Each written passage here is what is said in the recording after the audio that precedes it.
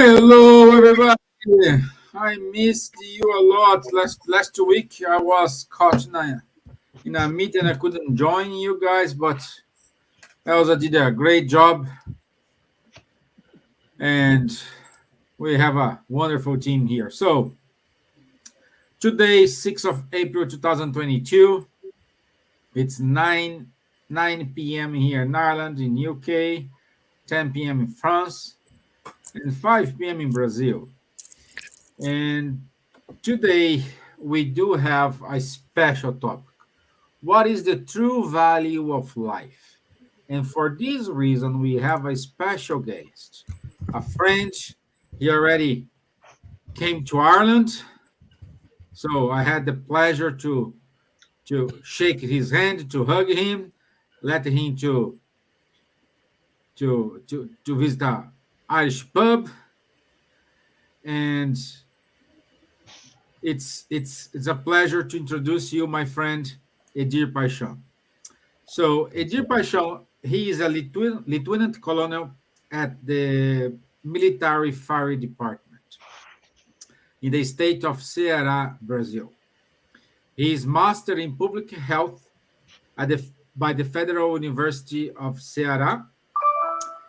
He has a course in incident and crisis manager by the U.S. Coast Guard, suicidologist and coordinator of the Suicide Attempt Intervention course, member of the International Federation of Emergency Psychologists. He's a member and co-founder. So I have a pleasure to introduce you, Edir. Edir, good night, my friends. Hello. Good evening to everybody. It's such an extraordinary honor for me to be here once more with you, connected, by the internet. It's so amazing the power of technology. Yeah. And I would like you I'd like to thank you, for the invitation to Elsa, Rossi, yeah, you. I'm meeting, by the internet tonight, Nadja, Silvia, and Charles, okay? Receive, our salutation. Yeah, this is a military salutation, but it's a symbol of respect, gesture of respect. And our theme today, it's so important. If you want to talk about the theme, our title for tonight, Stevan, you can talk. If not, I can already start, talking. It's up Oh to you. yeah, we let everybody give their salutation. Great. So Better. and let's start to Lithuania. Labas, my dear Nadja. I'm sorry, I was just laughing here that Elsa was trying to do. I also don't know how to do it, so I'm not going to Perfect. even Perfect. try it. Wonderful. That's great. It's a pleasure Thank to you. have you here. Thank you, Lieutenant. Now I know. Labas vakaras, laba diena. Šiandien mūsų tema yra apie gyvenimą.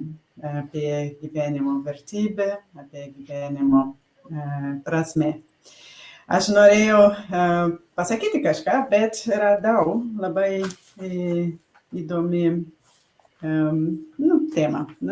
Tai 50 priežasčių, kodėl verta gyventi. Kai užplūsta neviltis ir visas pasaulis atrodo kaip juoda, sumalta skylė, neverta ieškoti didelės ir svarbios gyvenimo prasmės. Tai verta prisiminti mažus dalykus, dėl kurių tampa graži kiekviena diena. Niekada nežinai, kas gero gali nutikti rytoj. Kartais viskas pasikeičia po daug draugų skambučių. Gal jau po mėnesio patirsi tikrą meilę.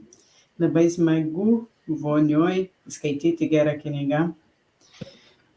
Tai tik keletą sakinių, bet daug informacijos jūs galite rasti ir pagalbos jūs rasite jaunimo linijos puslapyje. Tikiuosi, kad šiandien bus labai naudinga visiems. Labai ačiū. Thank you very much to all of you. I will pass it on to Elsa. Thank you, Nadja. It's a great pleasure to receive in our humble group of Spiritual Light weekly events our dear Edir Paixão. that we have the honor to meet him in person, in face-to-face in Ireland, I think 3 or 4 years ago. Yes. Yes, in a 2019. talk. So I still have my small flower, the yellow flower that Sunflower. you gave to me, that presenting suicide prevention. That was your talk there was brilliant. So I invite you, all our dear friends here, to share the link, to let more people listen this wonderful live tonight, because it's very important. As a military, as a spiritist, as a father, as a husband, as a person that works in this field, Edir will bring towards us so many good things. So it's a pleasure to have you again. Charles, Silvia, Nadja, Edir, and Stevan. We are a great brothers and sisters, and together we go further. So welcome everyone, Alex, Beatriz, and all our friends that are entering in this wonderful room. That is amazing, amazing to be with you all. Thank you. Good evening, Ms. Gibbons. Good evening. Boa noite a todos, boa tarde, whatever. É sempre um prazer estarmos aqui novamente, e hoje especialmente com um assunto tão importante para se discutir e para falar. Good evening, everyone. Welcome. Once again, we are here together, and hopefully we will have a good evening, and I'm sure we will. It's a very important subject that we are going to discuss today, something that's really, really important here in England. That is a very major problem, suicide here. So it will be a very important topic to talk about, and God willing, will reach the hearts of many people that will be listening to us. Thank you. Thank you. Bonsoir, Charles. Bonsoir Stevan, bonjour, bonsoir à tous. Très heureux d'être parmi vous à nouveau ce soir pour parler de ce thème tellement important, le suicide, qui est la première cause de mortalité dans certaines tranches d'âge. Et Silvia vient de dire que c'est en Angleterre, mais c'est pas qu'en Angleterre, je pense que c'est dans le monde entier. Et la vision spiritualiste nous apporte vraiment des ressources extrêmement fortes et puissantes pour pouvoir travailler dans la prévention de ce fléau, puisque on sait que du point de vue matériel, il y a énormément d'inconvénients, du point de vue spirituel, il y en a encore plus. Et donc, le fait de le savoir, voilà, c'est d'élargir notre vision, nous permet de faire face aux difficultés de la vie avec plus de courage et de résignation, et aussi d'éviter ce geste dramatique. Hello everyone, very happy to be here with you today again for this extremely important theme, which is not only in England, as you told Silvia, but I think worldwide. The suicide is the first cause of mortality in for certain category of ages. And with the spiritualist vision in general, we know what's happening more in details now, that suicide does not solve the problem. At the opposite, it creates problem not only on the material world, but also on the spiritual world. So very welcome, Edir, to talk about this subject today. Thanks a lot, Monsieur Charles. Merci beaucoup. Okay, so we have a lot of friends here. Guten Tag, Maria Eugenia. I'll have here Alex Ribeiro, Beatriz Gilles. Let me see. Boa noite, Nancy. Good to have you here. Thank you for your comments. Okay, so as usual, dear, we will play now a short video. Okay, really short, 1 minute and 20 seconds. It's a kind of introductory for our topic tonight. Once I finish the video, Edir will give I don't know, 10 minutes, 15 minutes explanation about the topic. And then we will kind of ask questions. If you guys want to ask questions, please feel free to write your questions on the comment box. I'll be able to see it. And I tell you, if we don't have time to answer all the questions, we will get your answers here, your questions. We'll give it to the Gir, and we'll publish this on our website. Okay. So let's start here, because now time is essential here. So let's go.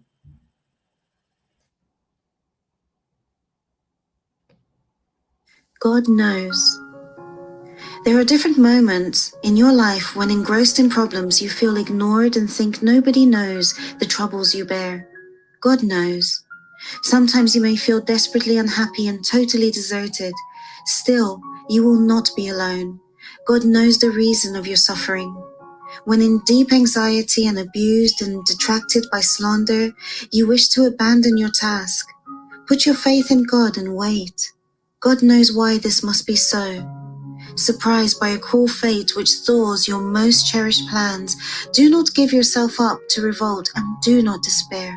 God knows what is best for you. Crucified by a disease of unknown cause, bow your head in prayer and wait a little more. God knows your disease is the path to future happiness. God knows everything. Just let yourself be guided by Him. Seek attunement to His mercy and wisdom. Do the best you can and leave a trace of light along the road you travel. For such is the attitude of the one who has put himself in the hands of God, and whom in God shall progress.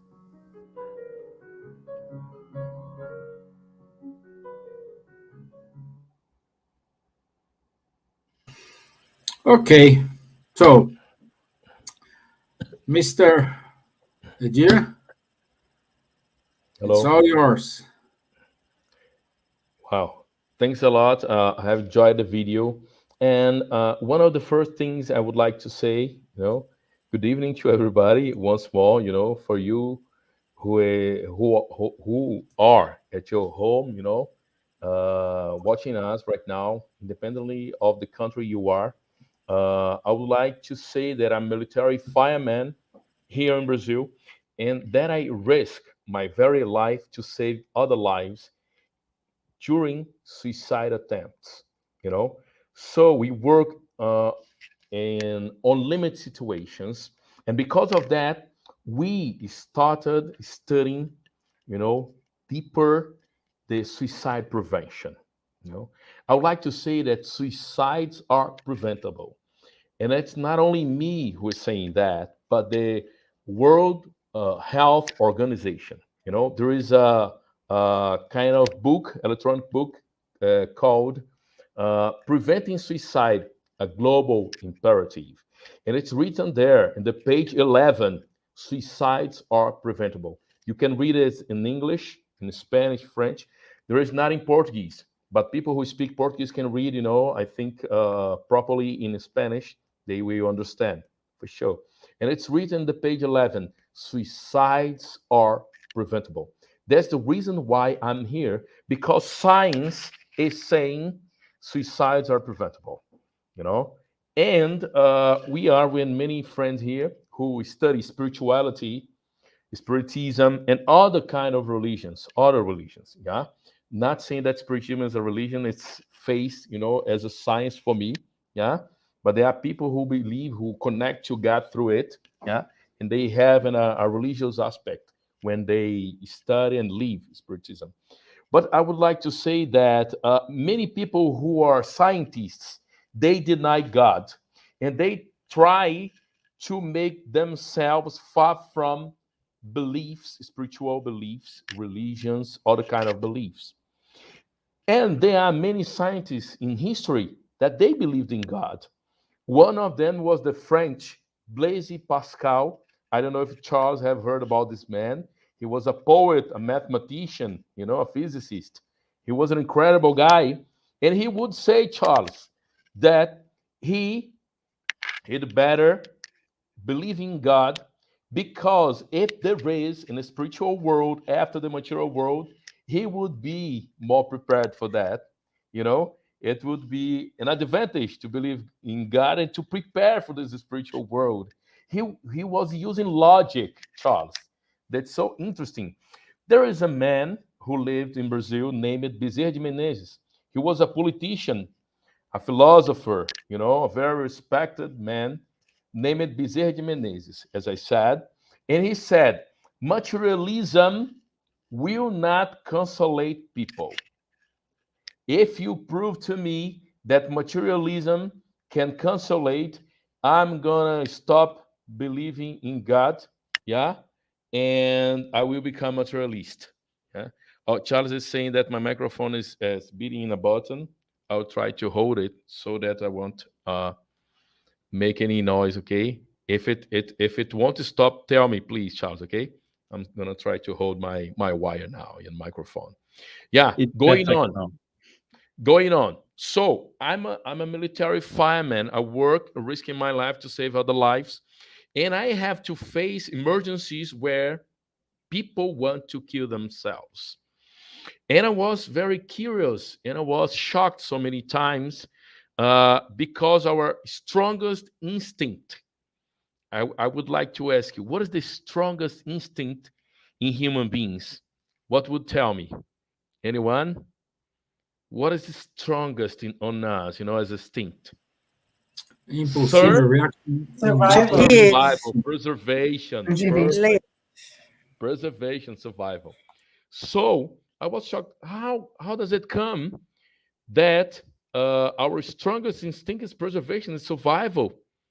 How can a person come to this point to think of killing him or herself? So I went to study and I discovered wonderful scientists. Most of them were psychologists. And I would like to call attention for a specific name, Edwin Schneiderman, an American psychologist who is called for many scientists as the father of suicidology, the science who study suicides. And he will say in his book named The Suicidal Mind, the edition published in 1985, last century. In this edition, on page 133, I remember the page because I also write papers, scientific papers, and we used to remember those pages. Okay, in the page 133, it is said that the state, the most observed mind state of a person who is in suicidal crisis is ambivalence. And I'm going to bring to you the conception, of ambivalence. What is that? When a person wants to die by suicide, this person wants to kill the pain. This person wants to stop suffering. And sometimes the psyche is so strong that this person can think, if I kill myself, I stop everything. I stop the pain together. So the person start planning how to kill him or herself. And when this person goes to the execution, there is a fight between the animal instinct that there is on us against the plan to stop the pain, to stop the suffering by killing him or herself. In this fight, we have moments when this person wants to live, and other moments when the person wants to die. But the person wants to die because wants to kill the pain, stop suffering. This is what we can learn from Edwin Schneiderman and from many other suicidologists, people who had given their lives studying this theme, this subject, which is so important. The French Charles, who won the Nobel Prize of Literature, Albert Camus. Have you heard about him? Yeah, he wrote a book, named The Myth of Sisyphus. I'm not sure if the name of the character in English is Sisyphus, but Albert Camus is very famous. If you look for it in the internet, for sure you're gonna find this book. Okay, The Myth of Sisyphus. A man who was punished to carry a stone to the top of a hill, and when he was there, the stone would go down and he would come and, be in the circle forever. Yeah. The myth of Sisyphus. But inside of this book, we can find philosophy. At the beginning of the book, what Albert Camus said, he said, the most important question in philosophy is, why should I live? Or why should I kill myself? This is the highest, the strongest question in philosophy. All the rest is secondary. This is so strong for such a philosopher and Nobel Prize winner like Albert Camus. Yeah? Because when we see Shakespeare, to be or not to be, we can interpret, we can have an interpretation, to live or to die. When we study Sigmund Freud, we can find the living pulsation, and we can also find in his work about the death pulsation, desire to live, desire to die. In fact, all of us want to live, but with quality, with well-being, with pleasure. So when we think about spirituality, when we think this life, can goes on, we can find consolation in my point of view. I would like to make very clear that I am a person who believes in God. God, God. I believe in life after death, after material death. And I believe this is a passage, this is a changing of world, going from the material world to the spiritual world. And as a military fireman and as a scientist, because I also publish scientific papers on that, I have participated, of the International World Congress in North Ireland, in Australia. Okay, in Australia, the COVID-19 has closed the frontiers, of Australia. We presented online, and we had our works, our abstracts published there. So I'm a man who investigates. And when I investigate, I can find phenomena like almost death experience. Have you heard about that? Almost death experience. So science investigate, science goes. Of course, there is a long way to go, a long way to walk. But the evidence for me is that life goes farther, goes beyond, the material world. And this consolates me. And this makes me stronger to work on suicide prevention. Normally when I go to scientific congress and conference, we limit ourselves to talk about the specific subject, an object investigated. But here, when we have the chance to talk about the spiritual light, spirituality, beliefs, religions, I feel so glad and so happy to share, my point of view in this, because I am pretty sure there are people who can watch us now or in the future that they have lost beloved ones for suicide. And look, please, when we think of some religions that think that a person who dies by suicide is going to go to hell eternally, forever, it won't bring us consolation. So I ask for permission to have an interpretation of the Holy Bible, of the Gospel, when it said that all of the ships will be saved. It's written there. Jesus Christ. It's written that Jesus Christ said, all of the ships that God trusted me, they will be saved. And there is also written there in the Holy Gospel that we should forgive our neighbors, other people, 70 times 7, which means we have always to forgive. If Christianity, Catholicism, the Holy Book says to us that we should forgive forever, what think about God?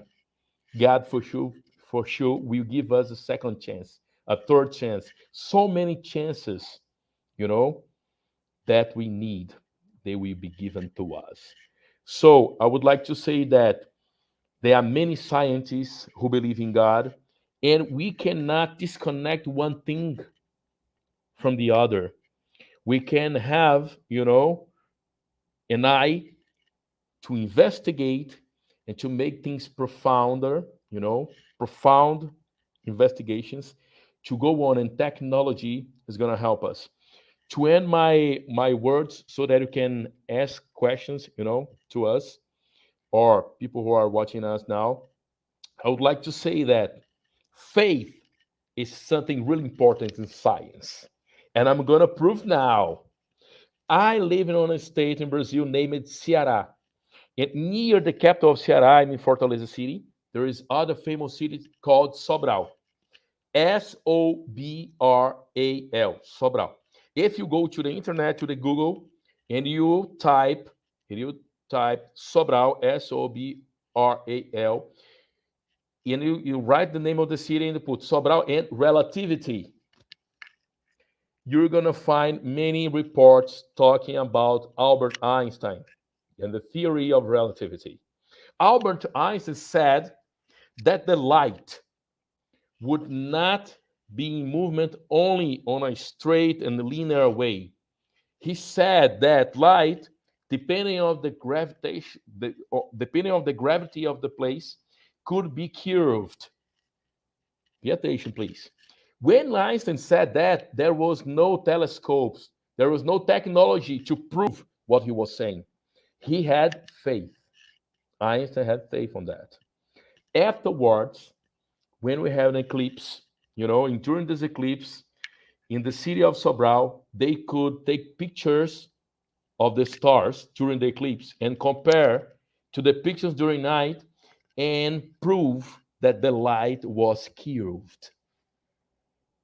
So I'm telling one example that scientists also have faith.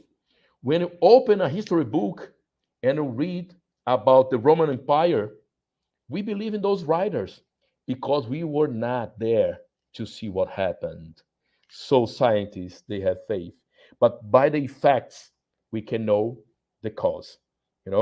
I end my first words now, and I open for questions. And I wish you good questions because there are many, many questions. I could speak, for many hours here on the subject because I love that. Because talking about suicide is not talking about death. Talking about suicide is talking about life.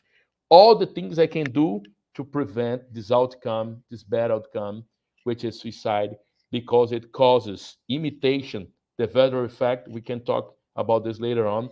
It's gonna make people bereave, grieving, suffering because of loss of a relative, of a friend, of a beloved one. So consolation is the word. I now pass the floor for you so that you can, ask questions to us or people who are, watching us. Okay. Thanks for your attention. Great, my friend. Thank you very much. And now is open for questions. And I will kick off.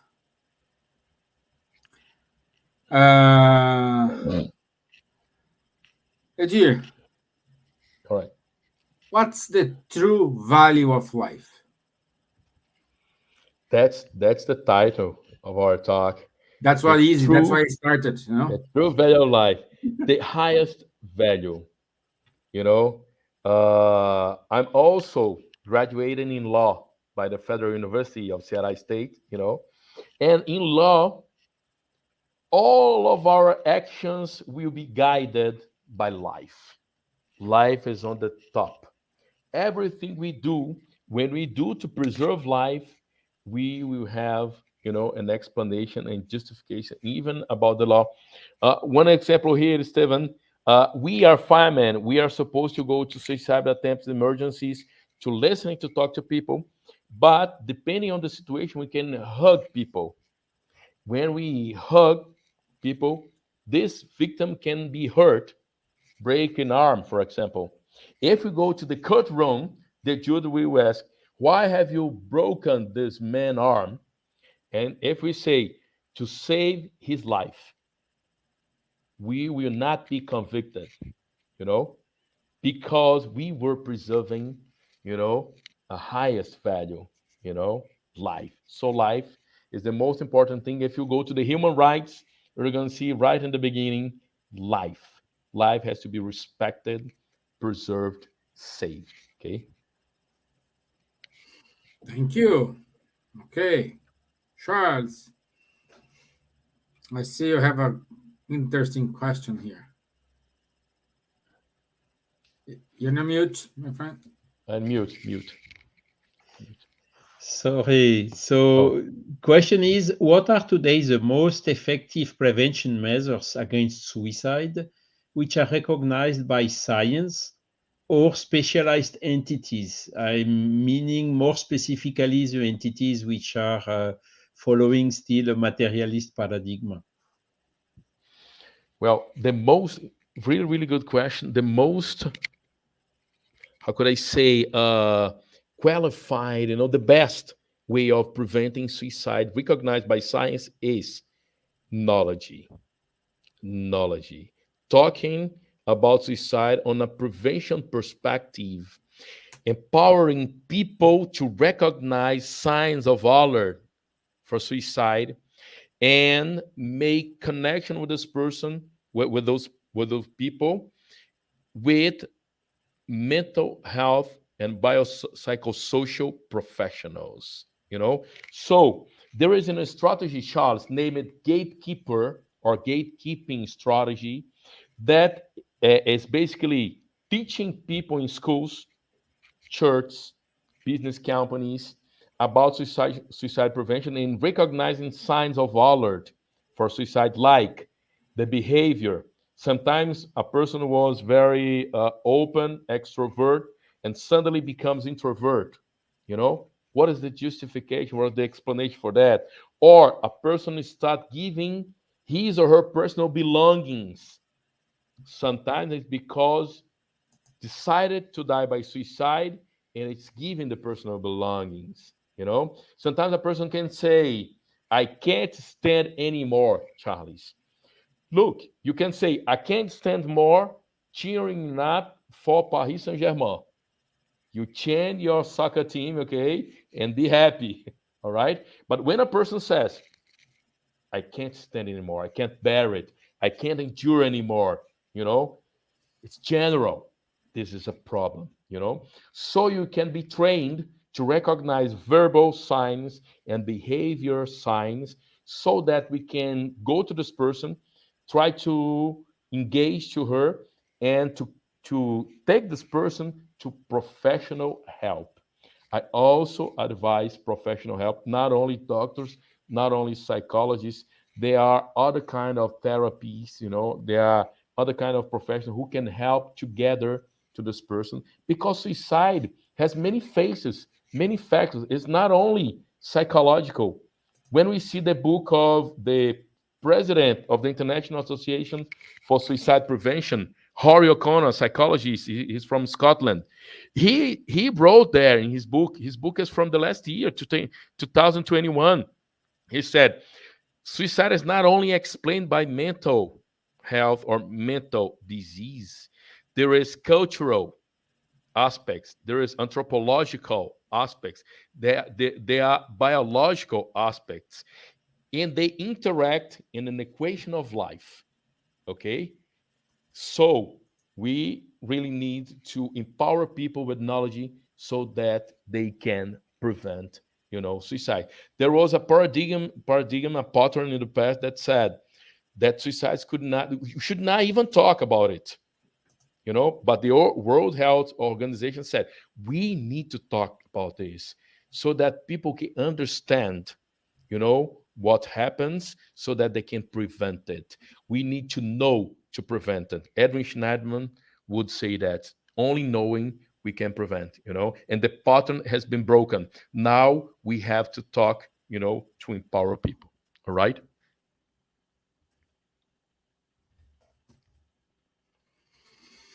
Thank you. Thank you so much for the answer. Thank you. Any volunteer? Girls? I would like to. Just No, go on. I'm sorry, before the question, Silvia, I'm sorry. I'm just going to make a comment, say that here in Lithuania, just before COVID, maybe 1 year before, we start a campaign with the youth line and one of the churches here as well, Protestant church, and other Japanese embassy, the American embassy, and the project was to prevent suicide. So we were going to the universities to talk about it. And the title of our campaign was Taboo. No? Let's talk about it. So because that's what we need here in Lithuania. It was now. I'm sorry, I cannot say the numbers in the actual numbers, but Lithuania was one of the first countries in the list of high suicide rates in Europe. So it's very sad because people don't talk about their emotions. They don't talk about their feelings. They don't talk, not even inside their families. So that's what we are trying to do. And it was in English, it was in Lithuanian, and this Jaunimo linija, so the youth line, it's a way of communicating. That people can write, send emails, or talk on WhatsApp, or talk on the phone. And they have courses for, like you said, they do specific course for those people who are attending the phone or answering their emails and texts, because they need to be very professional and they need to know what to say, how to say, and when to say. That's all. Sorry, Silvia, you can go. Great, Nadja. Thank you. Great. I just for let you know, my friends, I just put a link on our chat box with the scientific paper from Sobral relativity. So it's there if you want. Great. Wonderful. It's Wonderful. just click on the link. It's a paper from the Royal Society. Okay, Great. Ms. Gibbons. Ms. Gibbons always asks easy questions, so don't be afraid of her. Okay. All right. I'm here. I want to actually ask you a question relating to something that you said about ambivalence. When you quoted the book about ambivalence and that the person actually wants to kill the pain rather than killing themselves. Yes. We have a situation here in Europe, especially in Holland, where suicide it's allowed. And we also have a situation that in Switzerland, people actually go to kill themselves. It's something that exists. There is a clinic there, which has created quite a lot of problems as well for the people in Switzerland, really. So the question that I wanted to ask is that originally, when they first started, it's the same thing in Holland. They needed 2 daughters to sign the papers to confirm that the person was terminal, but in the last few days of life. But in Switzerland was the fact that the person still had to be strong enough to be able to take the drugs themselves that would make them sleep and eventually die. And was for really, really people who are in the last hours or days of their lives. But now the thing has, because it feels as if once you open a little hole on it, it begins to grow, like, in a reserve of water. And now people who have accidents and they became paralyzed, or, they're quite conscious, they're quite open in their minds to do that. I mean, how do we as spiritists could talk to people like that? Because, it's not terminal, 22-year-old who had a ski accident. He could no longer walk and he decided that he didn't want to live anymore. So how would you say that we could talk to people like that, who are absolutely clear in their minds that they want to do it? It is, I mean, we understand that maybe a part of them, want to survive, and that's the part they want to kill. But how do we deal with this kind of situations in which it's legally allowed, and also the situations in Holland now that has gone to point. I've read a paper that people who are mentally ill can choose to die. So how do you see that as a spiritist, how we would resolve a situation like that, or try to help those in that terrible situation? Silvia, very, very good question. Important, polemic in some way, because what I have to do, first of all, respect other people. We need to respect. In spite of the fact we don't agree with suicide or in those circumstances, of a person paralyzed, without the movements of arms and legs, I personally, when I have the chance, or if I had the chance to talk to those people, first of all, I would respect. It's not my decision, Look, as a fireman, we go to a bridge. Someone wants to jump off the bridge, I have been a fireman for 24 years of my life, more than 2 decades, and we have always got success in our rescues. Thanks God, and to our groups and friends, all right? But if one day I see a person who would jump and die from a bridge, I am prepared previously to go home and think it was not my decision. I was there to show a hand. I was there to show a second possibility. If this person chose to die, I have to respect his or her choice, first of all. But if we have the chance to talk to this person, knowing that ambivalence is a state of mind in suicide crisis, the most observed and found state of mind in suicidal people, we can listen without judgment. So, so, so important. Without comparison on a way. I don't want to compare my pain with this person's pain to say, hey, look, you're suffering. I have passed for so many worse things than your. No, we should not do Of that course not. because it's going to be disrespectful. All right.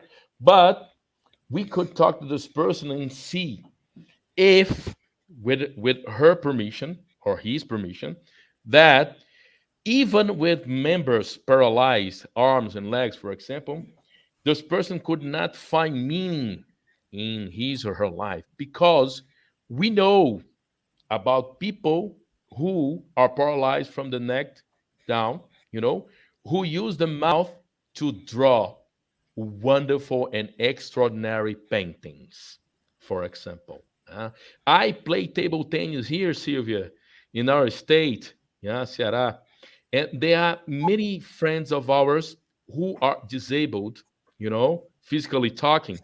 Some of them don't have, arms and legs, and they play table tennis with the mouth, for example. If you go to the internet, if you are watching us, go to the internet. Don't believe us, okay? Go there and see with your eyes. People on wheelchairs playing table tennis with the mouth and being Olympic athletes, finding meaning in his or her life. It's incredibly great. When I go to the gym to play table tennis and I saw those friends on wheelchairs playing with the mouth, I'd say, "Oh my God!" Sometimes I want to, to say that I'm having a hard time. Okay, it can be hard for me, but when I look at them, I get inspired by their will of surviving, of living, of having a meaningful life.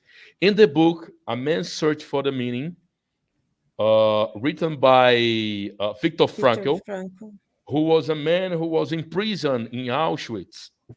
He said that he saw many, many Jewish people dying, going to the fence who had electricity, to die by suicide. And when I say die by suicide, it's a more humanistic way to talk about this, because when we say commit suicide, we also commit crimes, and we want to face it as a crime to show, compassion to people. The word compassion, Silvia, is so important when I'm talking to people who are suicidal, compassion, and connection. Try to connect to those people and try to find hope or to make hope to be born in those people. So compassion, hope, and connection is so important. Not judging and not comparing in a way that can be respectful, and trying to talk to this person and see if this person can get interested in learning ways to make his or her life meaningful. Because independently, if we have no arms and no legs, for example, there are people who can have wonderful life. There is a name of a man. He's able to surf, you know, holding, with his mouth in a how could I say it, in a boat, he's able to surf. He's from Croatia. I'm not sure about his name. I'm gonna have a search, and if I see here, I can tell now. So there are many people who physical, problems, disabilities that have wonderful and meaningful lives. So I would try to not judging, not comparing, trying to show compassion, trying to find hope and make connection to those people and see if this person could find, meaning in his or her life. That's it. Yeah. Well, you couldn't give an example greater than Professor Hawking, who died Oh, some time ago, great, who being great, absolutely unable great. to speak, to move, to even eat by himself. He was one of the greatest scientists of the 20th century and one of the greatest scientists ever. And his work on the black holes, and he couldn't, and he learned how to, when he knew he was going to become really paralyzed and everything, he overcome his depression, start learning how to calculate, to do all the equations in his mind, because he knew he wouldn't be able to work. And people with his disease usually don't live more than 2 years, and he lived another 70, so 60 anyway. So he was a good example. And I think the points you made is very important. Of course, you can never compare pain or anything. But at least one thing here in England that's been really good is the fact that there's been many campaigns, really open campaigns, to have allowed suicide, and so far the parliament has voted against it. So we were not allowed to have, free on demand suicide, which is very, very something very important here. That's, but there has been a lot of campaigns and everything. They even have changed now the law of the abortion. They have lower the number of weeks that is allowed. So in many ways is a step forward, but it's a very difficult situation, and especially in countries where it is allowed and people do go there, because it's a very sad situation. And I think you said something that I thought was very interesting, and there is a quote actually from Nietzsche as well, that he says, if you have a meaning in life, you can bear anything. And that is to find a meaning, because we see here in the Olympics. I went to the Olympics, and it's incredible to see people swimming like fish without arms, and things, and having to have someone to actually put them in water.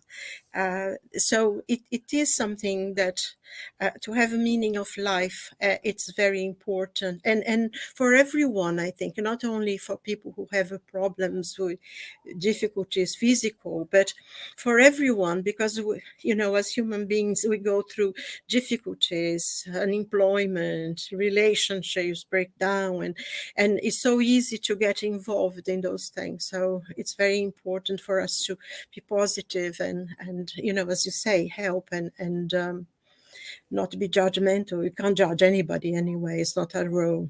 It's just to give support. Thanks for your answer. Wonderful, wonderful, Silvia. Wonderful. Wonderful examples you brought to us, Stephen Hawking, and the people who go to the Olympics. It's also amazing, thanks a lot Yeah. for your contribution, for your Yeah, not because for your this, for examples, you brought to us. yeah, because also this thing about to have an Olympics with people with problems, it started here in England in the early 50s with this doctor working with people who had come from wars, who had come from the Second World War and were unable to walk, and so he started sports for them, and now is amazing. And some time ago we had the Invictus, the Invictor games for all the soldiers who had been made disabled through wars and everything. So there is very positive point, and I think those people are inspiration to others and for ourselves as well. I think just one thing very clear. Sorry, I don't want to, but you said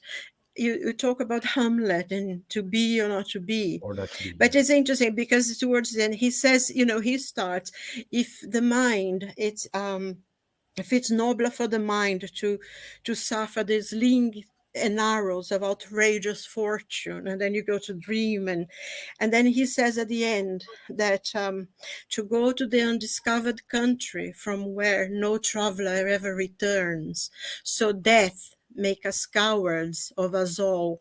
So in a way you say don't do it because we don't know what is in the undiscovered country.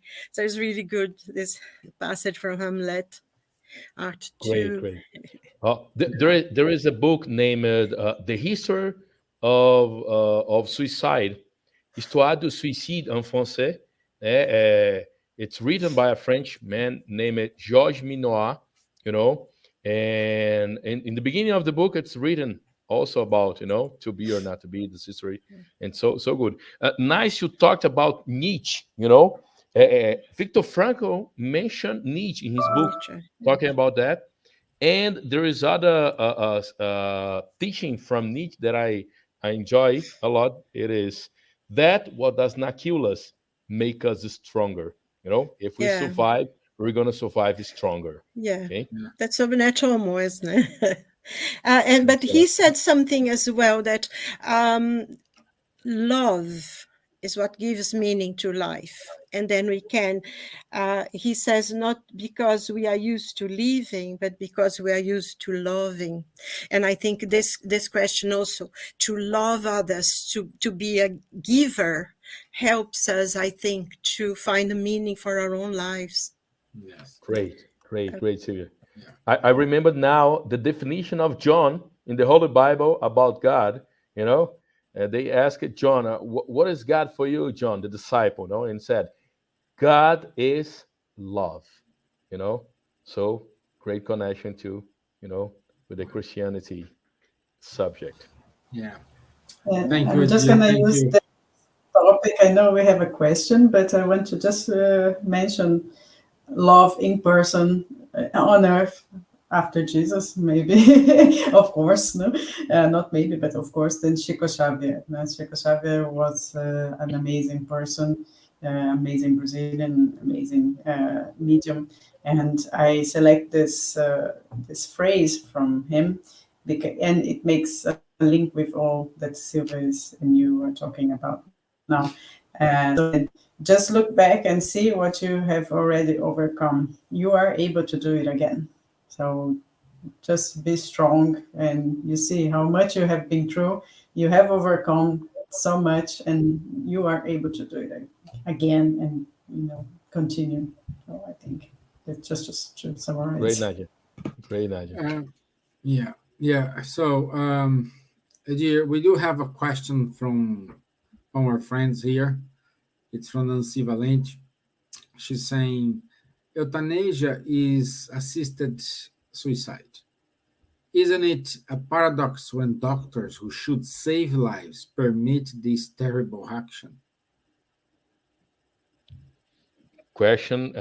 We need to be very careful with this question and with this answer. Yeah. What I've learned here in Brazil, that all of the doctors, when they finish graduation, they have how could I say, they swear, and there is the name of a man who inspired them.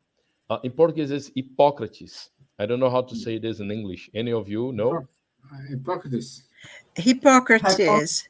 They swear here as well. It is an oath No. that It's every an oath. single doctor. This is an Oath, international oath. International Or oath. to save lives and never do harm. Save lives and never do harm. They have sworn that, Stevan. So I just say that. That's what they have promised to do in their lives, not kill lives, but saving lives. When I graduated, Silvia, here in Brazil as a fireman, I have sworn to risk my very life to save other lives. And that's what I do. I have risked my life so many times, and I do not regret.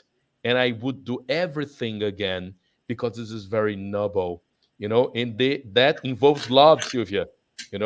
It's love that moves us. So this is so strong. I think that's the best answer, for that question.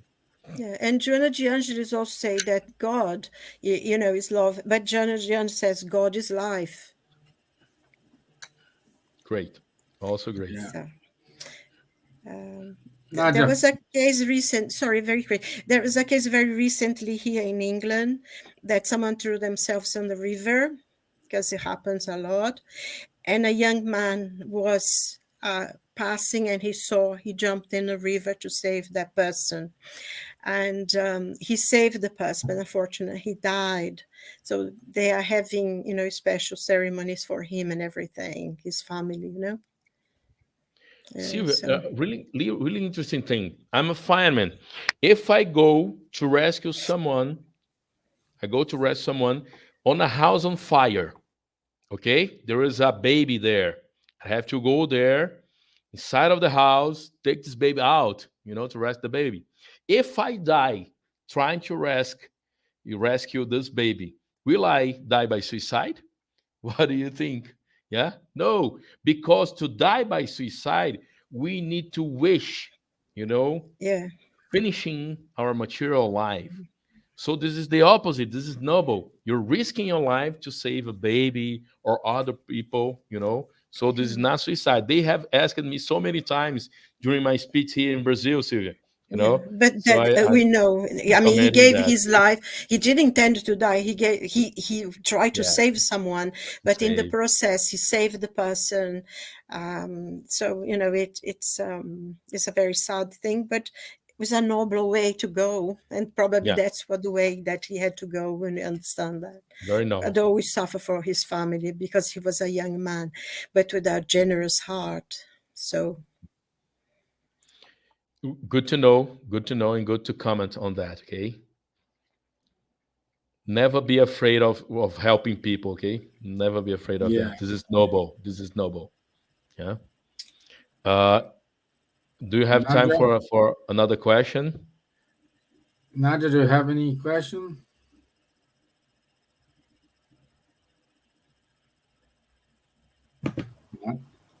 I think it's just to summarize a little bit. We talk about suicide being a taboo here in Lithuania, or even around the world. People don't like to talk about it and don't like to talk about their feelings because they are afraid of being, criticized or being called weak. But maybe one of the questions was like, only people who are mentally ill can die by suicide. Can you talk about it a little bit to us?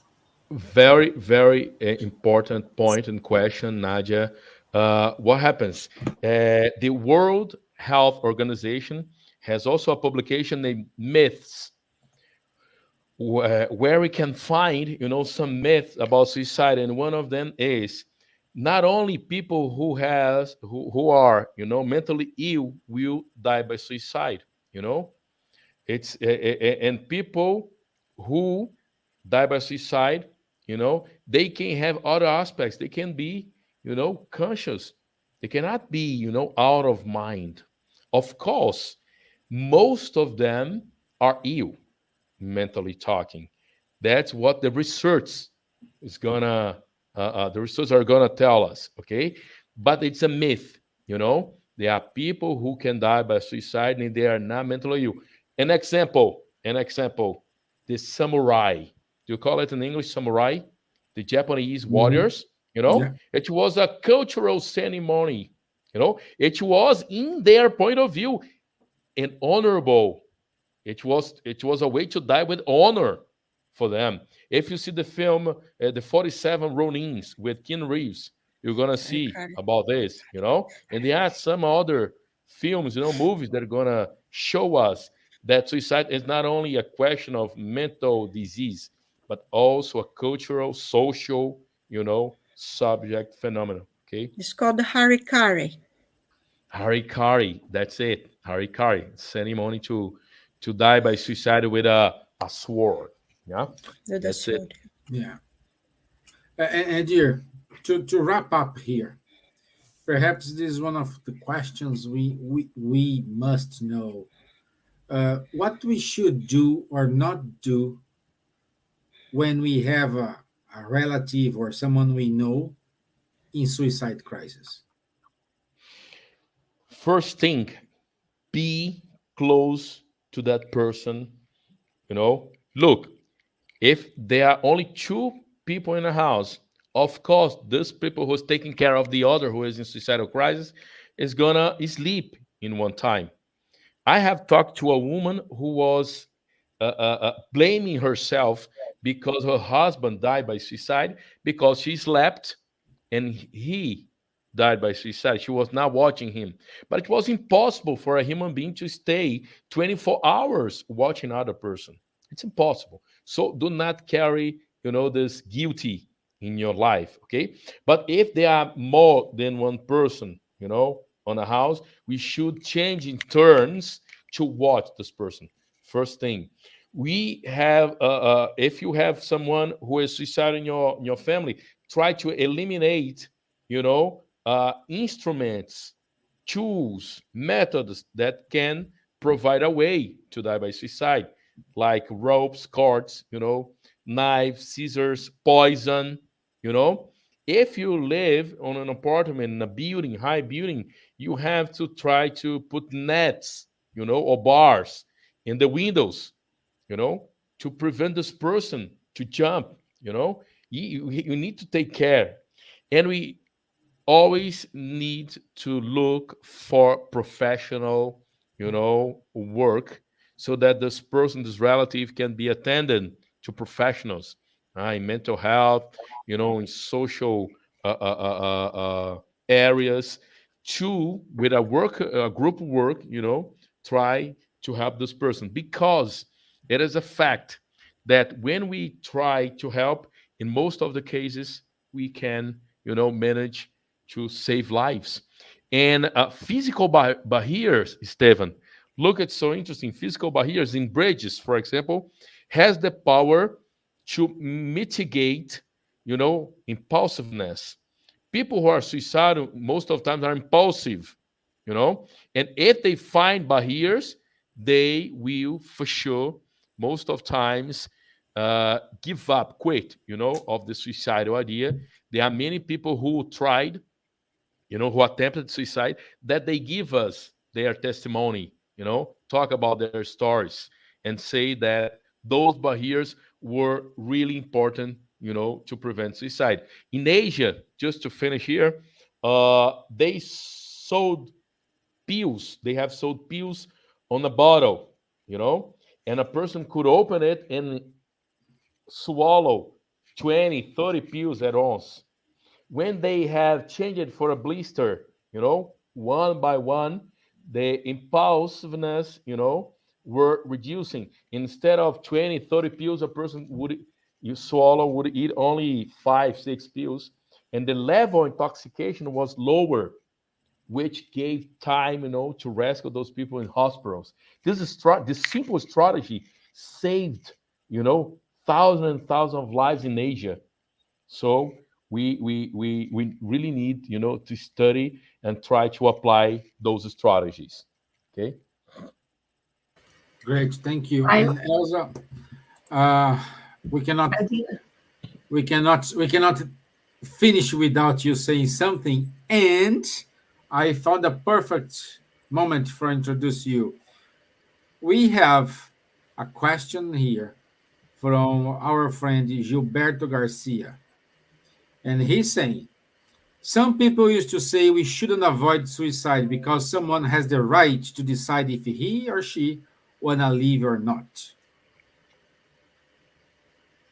Can I? I Can think, I I? think it Gir already. Alina, Okay, Gir, go on. No, I think he just, continues then after. There's a Yeah, he continuation of continues the here. question. okay, go ahead. Yeah, but we try avoiding it because a person just wanted to die when he or she's suffering a lot. When he or she's feeling good, she wants to live, isn't it? Yes. Hey, good question. He or she is feeling good, and who can be sure if this person is really feeling good? You know, that's the question. Yeah. So if we are in doubt, we have to act like this person was suffering. You know, if we are in doubt, and try to help. And of course, if this person dies, okay, by suicide, it won't be our decision, but we have always to work to act, you know, like this person was really suffering, because we have no certainty. We're not sure what's going inside of the mind of other person, you know, mainly on a suicidal situation. That's it. No, Elsa. Now, I was only make a comment here because 2 years living with COVID around, and of course, suicide came a lot. The list has the week that it was 3 suicide, but already happened. So the family is not too much family comes before the suicide they commit, come after to know what's going on with the person's soul, what's going on about where the people are going after commit suicide, etc., and asking help in order to pray for these diseased people. So my comment is only that, but Spiritism we know that can help prevent suicide in such a way with the talking, dialogue, fraternal assistance when the people comes to a Spiritist center, because it's impossible to know who is thinking about if the family that not come to tell us or asking help or come to listen to dialogue, etc. Because I'm not a professional as you, but I can serve with my heart, my words, my hug, my tears together with someone that they are in this situation and showing the opposite side. The life goes on, talking about André Luiz books when it's possible, showing the Filme Solar when it's possible, when the past will accept, because we have these two in our hands, because we are advocating life forever, eternal beings, eternal spirits. So it's the only that when we have the opportunity, we are there for sure. I'm not jumping a bridge because I don't know how to swim, but I can sit and talk with a person that wants to. We're not forced, but we try our best.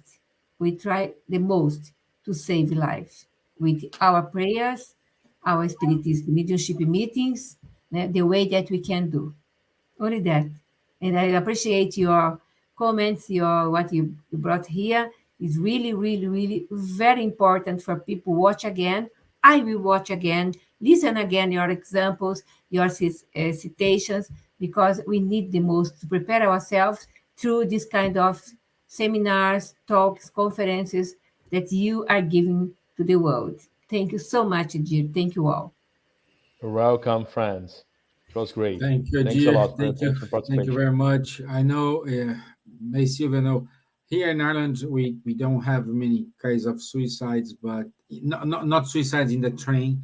But I had 2 or 3 times experience in London when we are waiting for a tube, the tube is don't come in because someone jumped in the rails, or we are in the train and the train stop and you are late for the appointment because someone jumped the train. So the feeling at that moment, it's so sad.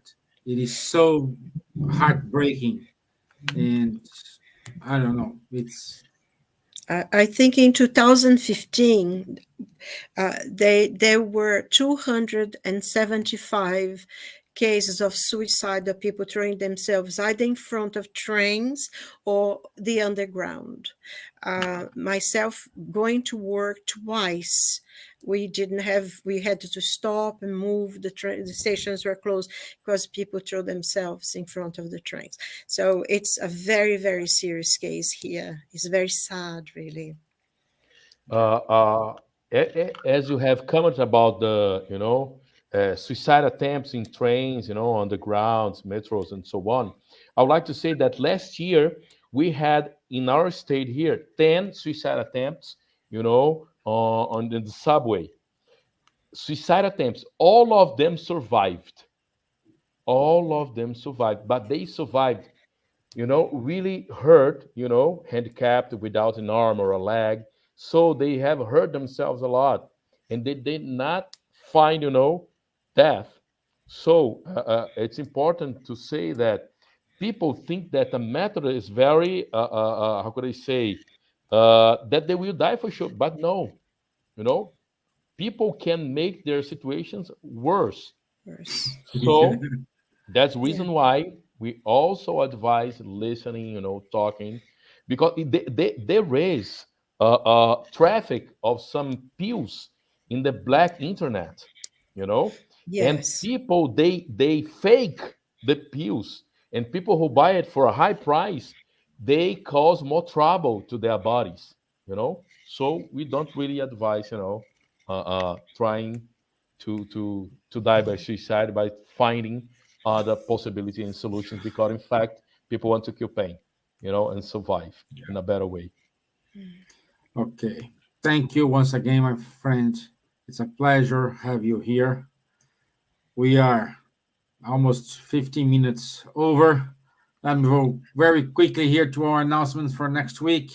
So next to show is teaching spirituality to our children is an urgent matter. And we will have a special guest, Fran Diogo from Australia. So while we are preparing to go to bed, she's having her breakfast talking to us. So that's amazing experience. And introduction to Spiritism. Our dear friend Vanessa Ferreira, she will give a series of 7 webinars. It's part of the 101 Spiritism Roadmap program. So we will start from 27th of April, and you can find the Zoom link here. And Vanessa is part of the Spiritist Society of London. Also, Spiritism education in the first 3 years, principles and practices. Speaker is Cynthia Vieira. It's this Saturday, 4 p.m. from 4 to 6. And also it's a Zoom meeting. Everyone is more than welcome to enjoy. Also, every Saturday morning, 10:30, we do have our talk. I think that Medium's book course. no, same. I'm confused because the date, 5 of February, No. 2020. The date is wrong. I put Okay, it wrong. yes, I read it here. It started on the 5th of February, didn't it? Already, yes. It's ongoing since the February the 5th. Yeah, it's ongoing. It's a wonderful talk. It's a wonderful talk by the 3 facilitators, Guilherme Dias, Munir, and Charles. So I encourage everyone to join us. Every Wednesday, 4 p.m., Munir give us a break. And this break comes along with Kardec, coffee break with Kardec. So it's a wonderful talking, wonderful ideas, 15 minutes with Munir. Study of the book Nosso Lar every Tuesday from 8 p.m. to 9 p.m. every other Tuesday. So again, it's a Zoom link. You can join us as well. Time to Talk every other Tuesday, 8:30 p.m. Conversations on mediumship with Rafael Caldas and Guilherme Dias. And our World Spiritist Month. Elsa, if you want to quickly tell us how it's going to work. Oh, no, it's only go to YouTube channel TV Mundo Maior. I will write here and post for you. You go there, all the links are ready. You can watch the one that already in the last few days, or you can really remind yourself the link that will be for today, to tomorrow, and until the end of April. Okay, 36 countries, 120 speakers. It's amazing. It's the first time in the world that we did this. The first time that we organized this kind of events together, people from different segments of Spiritist teachings, okay? Different federations, etc., in different countries, okay? Welcome you all. Thank you, Rosa. And that's it. So, once again, thank you.